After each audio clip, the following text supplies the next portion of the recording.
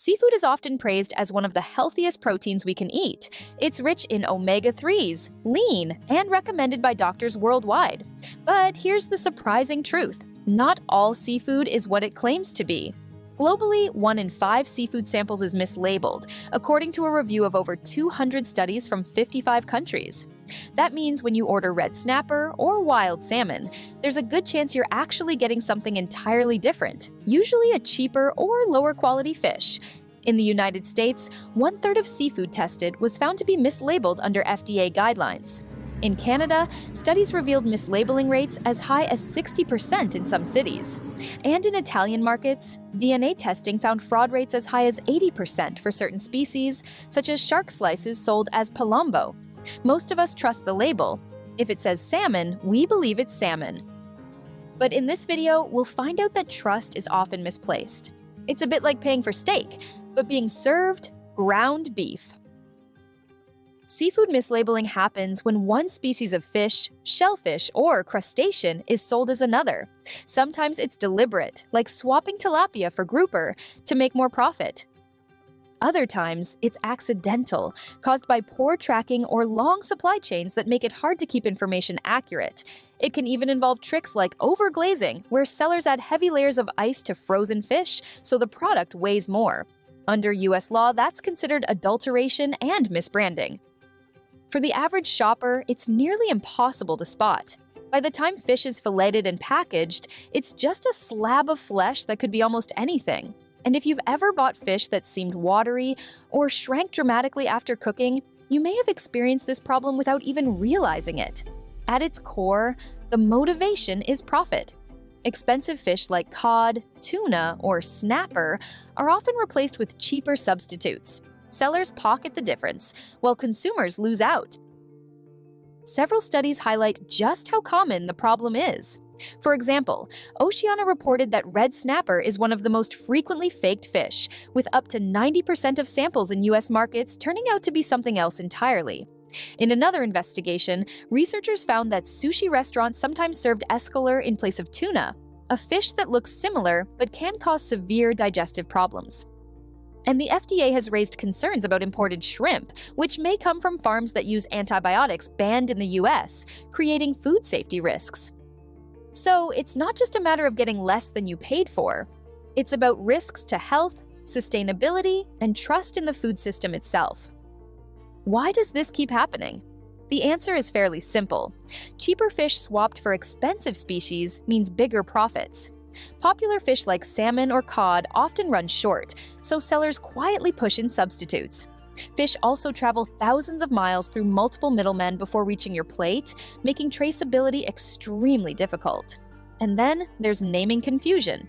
Different regions use different names for the same fish, which creates loopholes. It's a system full of cracks, and fraud slips easily through those cracks. For consumers, it means paying for trust that may not exist. Seafood mislabeling isn't just about money. It can carry very real health risks. For someone with a fish allergy, one wrong label isn't just dishonest, it could be life-threatening. There have even been documented cases where pufferfish, which contains lethal tetrodotoxin, was sold as monkfish. In one Chicago incident, DNA testing confirmed the mislabeling after 2 people became seriously ill, leading to an FDA recall. Other marine toxins add to the danger. Ciguatera, often found in reef fish like grouper or barracuda, can cause severe gastrointestinal and neurological symptoms, sometimes lasting weeks. Scombroid poisoning, caused by improperly stored tuna or mackerel, can trigger allergic-like reactions such as flushing, headaches, and cramps. And cooking doesn't destroy the toxin. Another risky species is escolar, which is sometimes sold as tuna. It contains wax esters that can trigger oily diarrhea, a condition known as chyriuria.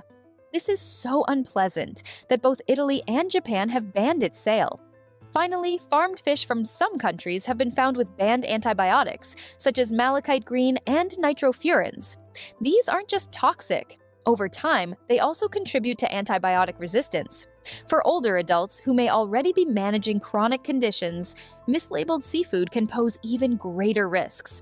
One wrong meal could mean more than just disappointment. Seafood fraud also damages the oceans.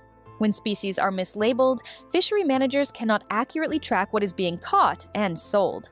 That makes it nearly impossible to set sustainable quotas and protect endangered species. It also fuels illegal, unreported, and unregulated fishing, known as IUU, which accounts for about 20% of the world's catch. Consumers may unknowingly support destructive practices that damage ecosystems and drive species closer to extinction. For those who want to eat responsibly, mislabeling takes away that choice. You might think you're supporting sustainability, but in reality, you could be doing the opposite without knowing it.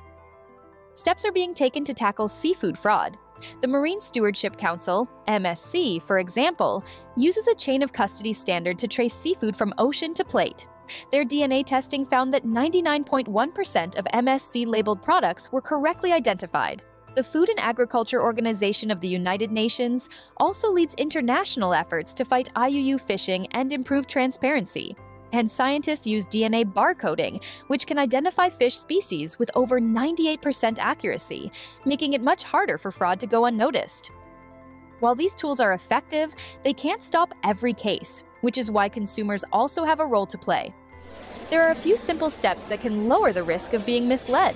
Look for certification labels like MSC or ASC, which mean an independent group has verified the product. Choose seafood with specific names like Atlantic salmon or sockeye salmon instead of vague labels like salmon or tuna. Buy whole fish when possible, since it's much harder to disguise a species when you can see the full fish. Ask questions about sourcing and origin. Reputable sellers should have answers. And always be cautious of deals that seem too good to be true. If the price is far lower than expected, there's usually a reason.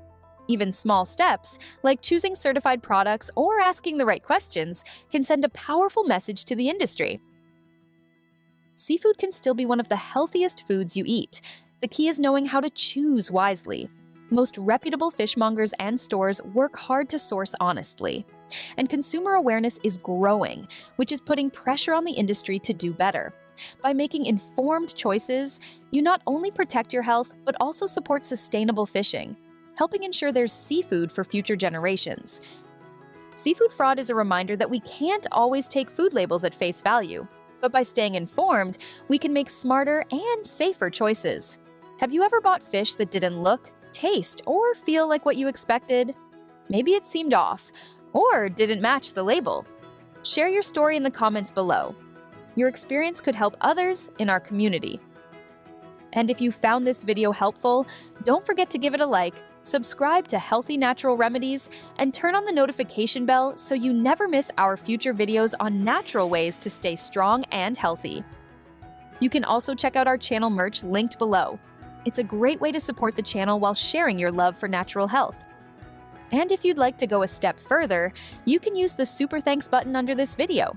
Every bit of support helps us continue making content that empowers you to take charge of your health. And if you want to know which fish are actually the worst for your health, don't miss our video, The Worst Fish You Shouldn't Eat. You can find it right here. Thanks for watching, and we'll see you in the next video.